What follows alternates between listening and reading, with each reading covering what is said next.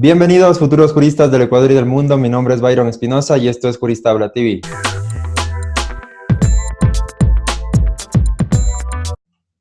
Muchas gracias nuevamente por acompañarnos dentro de la sección Hablando con un Jurista, y el día de hoy vamos a tratar un tema muy interesante y es si el derecho constitucional es la rama más importante del derecho. Así que para ello tenemos un excelente profesional, excelente invitado, el doctor Alexander Barahona. Bienvenido. Muchas gracias por la invitación a todos ustedes. Al contrario, doctor, muchísimas gracias a usted. Y bueno, para que se familiaricen un poco, el doctor es docente universitario en varias universidades del país, es autor, coautor de varios artículos, libros, inclusive uno de ellos que me ayudó personalmente a realizar un artículo científico dentro de lo que es la gestación subrogada. Así que tenemos un excelente invitado el día de hoy. Abogado, vamos a iniciar con una de las preguntas tal vez más sencillas para un profesional y una de las más complicadas para un estudiante que inicia en la carrera, y es ¿por qué escogió la carrera de Derecho? Bueno, creo que mi experiencia es atípica en relación con la de muchos colegas con quienes he compartido esta interrogante. Y esto es porque cuando uno tiene 17, 18 años, no lo ve tan claro el futuro profesional que uno tiene y como que va apuntando por ciertas afinidades, ciertas ideas que uno va descubriendo con el tiempo de mayor forma, pero sobre todo con los anhelos que más o menos le van guiando en sus deseos, sus instintos, sus ideas, incluso su contexto familiar, social, personal, sus experiencias. Y entonces creo que quiero compartir con ustedes mi experiencia personal, pero además quiero darles luces respecto de cómo lo veo ahora, que ya han pasado algunos años, no muchos por suerte, desde que elegí mi carrera de Derecho. En realidad, yo formé parte de un movimiento católico en el que estuve por varios años, mi niñez y mi adolescencia. Y como parte de esta formación católica, muy ortodoxa en concreto, um, los aspirantes a sacerdotes tenían que necesariamente elegir una carrera. Y la verdad no había pensado una. Estudié en su momento química en el colegio cuando habían estas especialidades, pero luego me vi abocado a la necesidad de elegir una carrera y la que más me parecía que, claro, esto con algunas discusiones, ¿no? Sobre lo que implicaba estudiar derecho, las primeras ideas que uno se va haciendo con el mundo de las leyes, de algunas figuras que se le vienen a la mente, el juez, los grandes edificios, lo clásico, los trajes. y, y tomé la decisión de estudiar Derecho porque era la rama más afín a la disertación de lo que es lo justo. Muchos dicen, estudio Derecho porque me gustaría defender causas justas. Bueno, con el tiempo vamos viendo que la pregunta se va enfocado de qué es justicia y cómo llegar a determinar que en un caso se hace o no justicia, y eso es el reto sin duda de los abogados. Pero en principio uno no se hace estas interrogantes, ¿no? Uno se elige la carrera por, como te digo, algunos amigos, colegas míos, dije, bueno, tomé la carrera porque mi familia es clásica de abogados. Mi padre lo es, mi abuelo lo es, o mi tío lo es, y le ha ido muy bien. Es una persona a quien admiro mucho. Bueno, en mi caso no fue así. En mi caso, mi familia es muy alejada del ámbito de las leyes. Más bien me acerqué por esto que te digo, porque en el camino religioso me surgió la inquietud de buscar una carrera que necesariamente la tenía que tomar, de la más próxima a que no sea filosofía, porque era algo que en principio también lo iba a hacer de ley, pero la más próxima a la disertación de la justicia y debatir sobre aquello, ¿no? Sobre la filosofía aplicada a la forma en la que la sociedad se organiza y se resuelven los conflictos. ¿En qué momento usted decide elegir, en este caso, el derecho constitucional como su rama preferida o aquella en la que se vio ya ejerciendo su... Cuando decido no, en este contexto histórico anecdótico que te estoy compartiendo y a todos ustedes, cuando decido no formar parte del clero y tomo la decisión de dedicarme de lleno al derecho. Era muy joven también, más de lo que soy, de lo que aparento. Y tomé la decisión de hacer una maestría. En grado me fascinaba mucho, estaba más sensible a los derechos humanos. Ya me había acercado mínimamente, digamos, uno se va aproximando en la medida de lo posible en la carrera de Derecho eh, a las pasiones que uno va teniendo. Y una de las pasiones que me llamó la atención era el de los derechos humanos. Pero no los derechos humanos visto desde una actividad de justiciabilidad permanente, sino un debate filosófico sobre los derechos humanos y cómo el Estado se encarga de administrarlos, de protegerlos sobre todo, digamos, de garantizarlos, como es la teoría de los derechos fundamentales. Y a eso me vio orillado, digamos, a mis intereses, mis fines, el estudiar el derecho constitucional en una casa de estudios en la que ahora me honra ser su profesor también, en la Universidad Andina Simón Bolívar. Estudio esta maestría de Derechos Humanos, la que sería la primera, y, perdón, la de Derecho Constitucional, luego estudiaré Derechos Humanos, pero en la de Derecho Constitucional empiezo a debatir, a acercarme mucho más a los derechos fundamentales, a la forma en que el Estado se ha estructurado en un contexto histórico complejo, ecuatoriano sobre todo, porque esto es importante. Esto es importante. El derecho es muy, como es muy casuístico, también es importante tener una real percepción de lo real en el Estado ecuatoriano. Muchos hacen sus estudios fuera y esto es bueno porque te da una percepción filosófica también buena, rigurosa, global, pero creo que siempre es importante estudiar los procesos locales, es decir, es bueno estudiar el fenómeno desde donde se da, que es la sociedad ecuatoriana. Entonces, para mí ha sido una experiencia muy buena el estudiar Derecho Constitucional en la Universidad Andina y luego se me abriría la oportunidad de servir al país en la Corte Constitucional, institución en la que actualmente continúo laborando. Seguimos estudiando sobre lo importante de tener una institucionalidad en el país, que esto es algo importante también en el estudio del derecho constitucional, la importancia de tener institucionalidad. Porque si no tienes institucionalidad, el Estado no se cohesiona. No se cohesiona y entonces no puede responder. Mucho se le acusa, el Estado no responde a las necesidades reales de la ciudadanía. Bueno, puede ser cierto, pero tampoco el Estado institucionalmente se ha cohesionado todavía. Siempre hemos estado de proceso constituyente en proceso constituyente.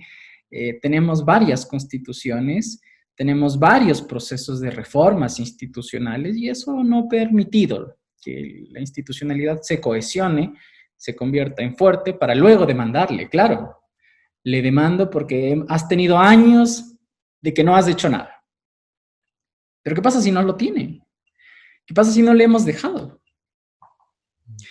Es importante esto, es un debate, como te digo, esto son unas aproximaciones, ideas sueltas que les comparto del por qué estudié Derecho Constitucional, porque creo que era una rama del derecho más amplia que involucra varios aspectos: los derechos fundamentales, la estructura del Estado, la forma en que los derechos fundamentales, como diría Guastini, se permean, constitucionaliza todo el ordenamiento jurídico.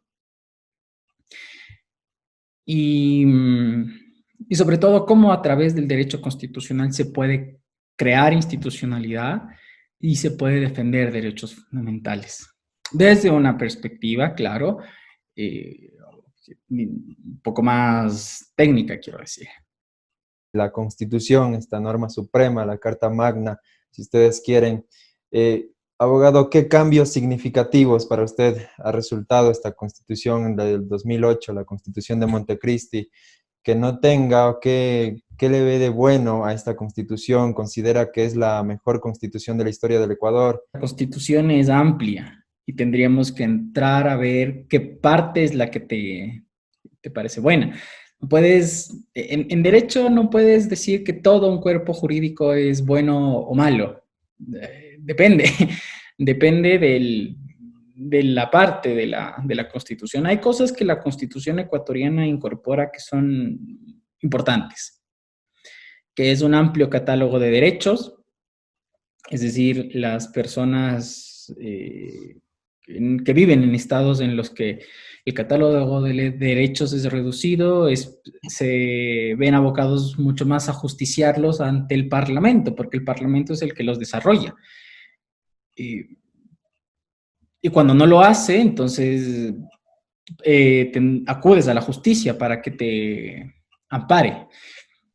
Y esperas a que la jurisprudencia sea la que abra camino a los derechos. Por ejemplo, en Colombia, el derecho a la salud es un derecho que se garantiza jurisprudencialmente, más que todo. No es justiciable directamente en vía de amparo constitucional. Esto se lo ha hecho jurisprudencialmente, y así muchos otros casos, porque en la mayoría de estados las constituciones son muy, muy cortas. Y harto se ha debatido de si es que las constituciones deben ser cortas o deben ser abundantes en su redacción, incorporando muchos elementos. Yo creo que la experiencia constituyente actual, a pesar de que es abundante, no deja de ser positivo. ¿Por qué? Porque el fenómeno de Montecristi particularmente, no solamente que dio como resultado una constitución que tiene bastantes derechos regulados y casi que le pone un listón alto al Estado.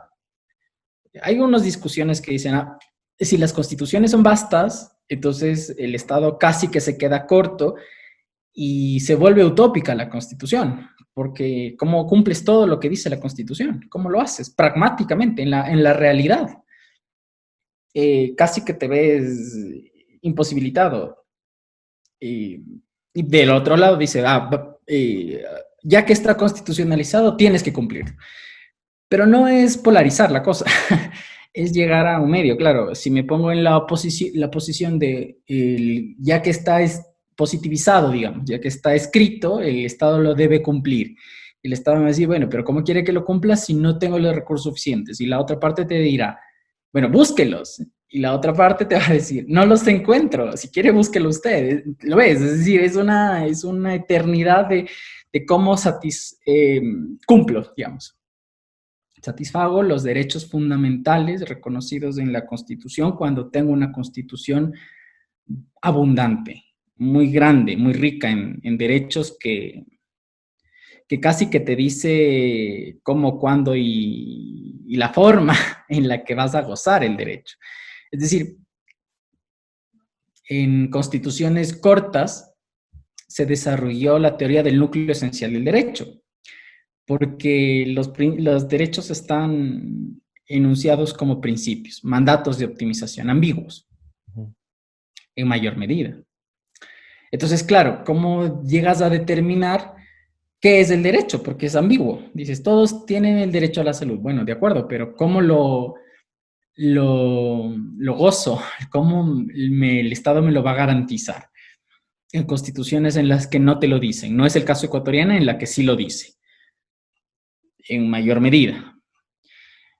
En otros, la jurisprudencia ha determinado el núcleo esencial, es decir, esta parte es la que siempre se tendrá que cumplir y la otra parte no se tendrá que cumplir, más bien se va a cumplir programáticamente, es decir, progresivamente. Pero entonces le da chance, digamos, le das un margen al Estado de que progresivamente lo cumpla. El ecuatoriano casi que no, porque te está diciendo que la forma en que ya ha de gozar este derecho estas personas, las personas en general, entonces casi que no te da el margen de poderlo hacer progresivamente. Y entonces esta teoría casi que no tan es aplicable en nuestro caso. ¿Qué otras formas son posibles de derecho, quiero decir, para entender que una constitución tan robusta puede ser en efecto cumplida y que no se dejen en su ineficacia? Hay formas de que la constitución se convierta en un instrumento que no lo cumples. Sagüez te dice algunas, como por ejemplo el desuso, nadie la usa, o es tan compleja de cumplir que es imposible cumplirla. Y entonces eso hace que haya nuevos procesos constituyentes para generar otra constitución. Yo creo que en el caso ecuatoriano el listón se puso muy alto, pero creo que es posible cumplirla. Creo que es posible cumplirla y aquí viene dos momentos, porque la jurisprudencia está ayudando en ello, en determinar cómo se entenderá la Constitución. Creo que los buenos oficios del Estado también han ayudado. No siempre va a ser suficiente, sin duda no siempre van a ser suficiente. Mucho tendremos que decir, los gobiernos cumplen o no cumplen mayormente. Bueno, nuestra actividad y nuestro deber ciudadano es eso, estar permanentemente criticando la actividad pública a fin de que se ajuste a la Constitución. Pero tienes un listón, digamos, tienes un parámetro de principios altos, reconocidos, cuando en la historia ecuatoriana, y aquí voy a venir con el segundo elemento importante, el primero te lo he dicho, es una constitución robusta, es amplia y en principio genera sospecha. Y en segundo momento, creo que el proceso de Montecristi fue ampliamente democrático. Fue democrático por tres razones. Primero, porque hemos tenido, a diferencia de nuestros países vecinos, en que en la década de los 80 venían de procesos de dictadura complejas. En Ecuador no tuvimos una dictadura como tal, pero tuvimos un gobierno militar, que eso produjo varias vulneraciones a derechos fundamentales. Las personas vivían en una situación en donde no tenían una confianza en que de lo democrático, digamos.